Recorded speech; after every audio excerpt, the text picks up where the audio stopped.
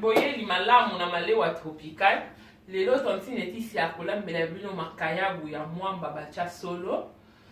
Nakolakisa bino comment nga nalambaka makayabu na ya mwamba bacha solo. Ezalaka eloko moko ya simple mais ezalaka kitoko po na kolia. Nakolakisa bino ndenge nini naprosedaka ndenge nini ezalaka. Alors pour na recette na biso ya makayabu bacha mwamba babwaka mwa baboma solo, tozana besoin ya makayabu, tozana besoin ya tomate, tozana besoin ya yango moko solo, tozana besoin ya poivron vert, tozana besoin ya litungulu, tozana besoin ya cube, tozana besoin ya feuille de laurier, tozana besoin ya muscade, tozana besoin ya poivre blanc, tozana besoin ya ail ya poussière, et puis tozana besoin ya cronor ya vert. Na yote kuna soki ezali eza ba épices ba ekausa ba biloko nyonso to ba épices nyonso to ba kausa onde ba tie na kati ya ba boîte oyo. Alors pour na kolakisa bino comment balambaka et makayabu na ngai nazo préciser na vandisaki yango journée mobimba na mai et lali na mai, donc esali 24 heures na mai pour le mwa. Pour commencer à la sauce et à la mungwa mingi oui makayabu ezalaka bien soki eza na mwa mungwa po yango des sentiments ya makayabu.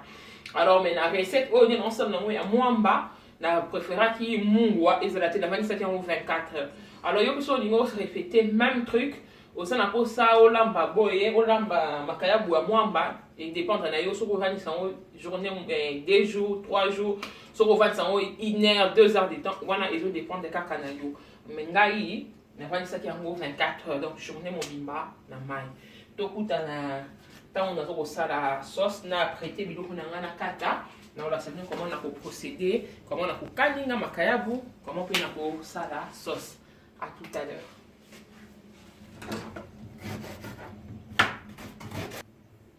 Bandeko balandi malewa tropical, excusez.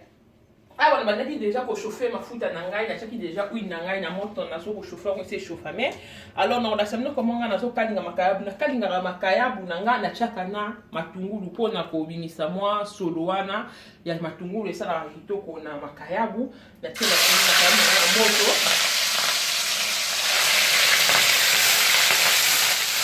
na dosana matungulu mbala moko pona mwa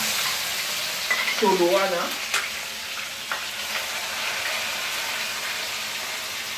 Omoni nde na tie matungulu nanga na moto na makayabu mpona mwa solo mwa pimbo boyoka mwa solo yango boyoka mwa esate po ezali na video to bozali tebelebene boyoka mwa solo yango eza bon kote oyo nazo kokalinga makayabu awa nayembango koprocede na sauce nanga. Mpona sauce nanga nazala besoin matungulu nazala pe na besoin ya poivron kote nazosala déjà sauce nanga. Alors là, je la moi pour avoir ma matungulu elemba comme ça na ko boaka tomate na kati na sala sauce. Koto de la makayabu et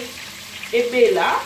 to balusa mopandi. Alors to puta na ntango makayabu et bela on va se mettre en makayabu et bela et puis tota la nenge tomate et poivron na matungulu et elemba. To puta na dans quelques minutes. Bandeko malandi malewa tropical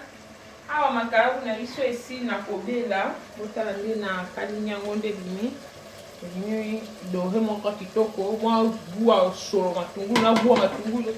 ekoti na kati ya makayabu awa mpe sauce na biso ebandi esi na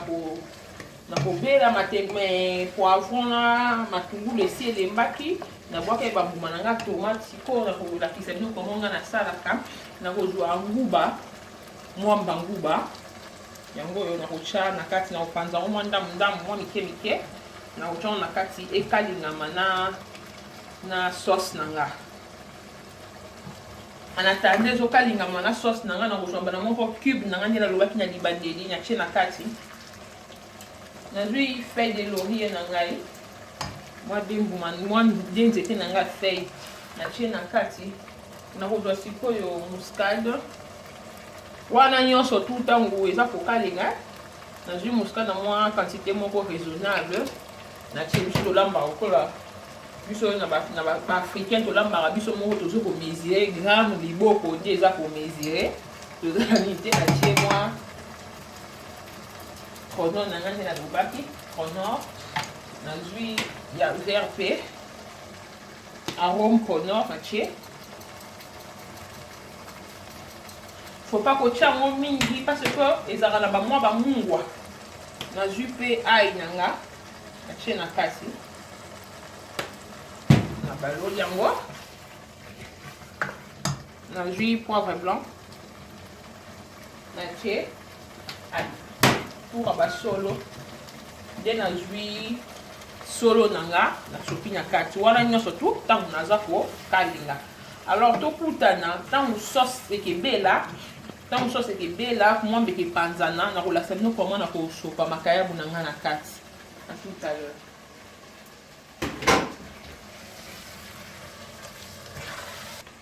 Bandeko balandi malewa tropical sauce na biso si na kobela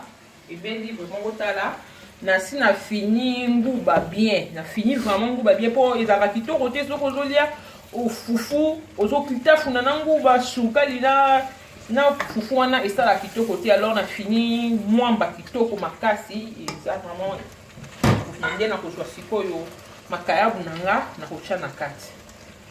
makayabu na nga na kotia na kati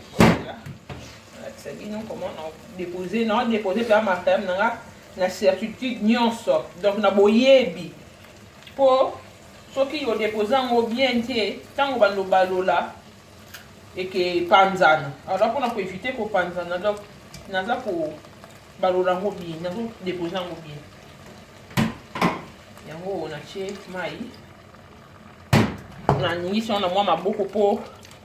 soki na kotisi nini na kotisi lutu de peur que panzana nazo bakisa mwa verre mwa mai na moni mai eza suffisante na bakisa verre mwa mai nazo ko vraiment nazo tchango na boyebi po nazo ko éviter e panzana alors bandeko balandi yango sauce na biso esangani na makayabu tokutana sikoyo après tant makayabu ekebela ezelo moko ya ba 20 minutes biloko ebeli nango na tia minuteur na wana 20 minutes comme ça et te sonner dans 20 minutes na ya kolongwa biloko à tout à l'heure.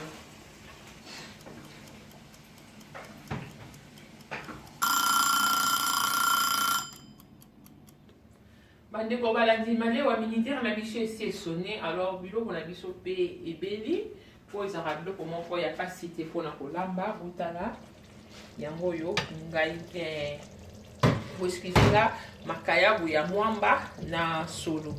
yango oyo esili na kobela eza nango prêt botala yango na tie biso na sani yango oyo suka nango yango wana ndenge ebimi alors mpona kolamba makayabu na biso ya mwamba na solo tozalaki na besoin ya makayabu oyo tovandisaki yango na mai butu mobimba donc 24 heures banda ntango ti lobi nango eza 24 heures toza na besoin ya makayabu tozalaki na besoin ya tomate ya mbuma tozalaki na besoin ya cube tozalaki na besoin ya feuille de laurier tozalaki na besoin ya solo tozalaki na besoin ya poivron vert tozalaki na besoin ya litungulu tozalaki na besoin ya poivre blanc muscade na ba cronor arôme ponde esali makayabu na biso ya mwamba ba oyo baliaka mungwa bakoki kotia mungwa ba oyo batiaka bandembi babiloko wana bakoki kosala menga na lamba nanga biloko nango ezalaka nango simple mais ezalaka bon yango oyo résultat nango endimo eza vraiment kitoko mposa komeka kolia bokoki kolia yango na kwanga bokoki kolia yango na fufu tokoki kolia yango mpe na makemba bokoki kolia yango mpe na makemba bokoki kolia yango na pomme de terre bokoki kolia yango na loso donc eza tout terrain eza nango na